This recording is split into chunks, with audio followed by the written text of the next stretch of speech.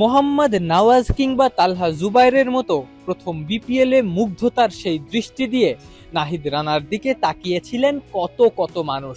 একজন বাংলাদেশি পেসার নিজের প্রথম বিপিএলেই বল করছেন ঘন্টায় প্রায় 150 কিলোমিটার গতিতে, বোঝাই যাচ্ছে কতখানি অবিশ্বাস্য।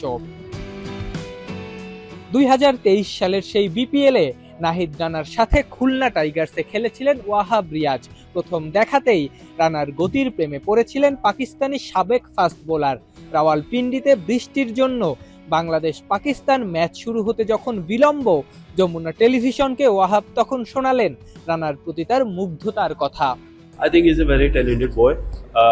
He was very impressive at that time. It was exciting to see him that how fast he bowls, and I wish him all the very best. That he should perform for Bangladesh, and he is a asset to Bangladesh. শুধু রিয়াচই না, রানার গতিতে মুগ্ধ হয়েছেন ভারতীয় ইরফান পাঠান, নিউজিল্যান্ডের Mitchell Santner থেকে শুরু করে পাকিস্তানের কোচ আকিফ জাভেদও।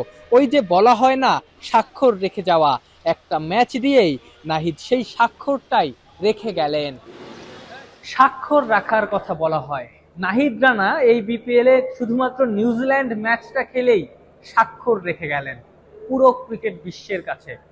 150 কিলোমিটার গতিতে ঘন্টায় তিনি বল করেছেন, সেই বোলিংয়ে মুগ্ধ হয়েছে পুরো বিশ্ব। ওয়াহাব রিয়াজ তার বিপিএল এর সাবেক টিমমেট, তিনিও ব্যতিক্রম নন।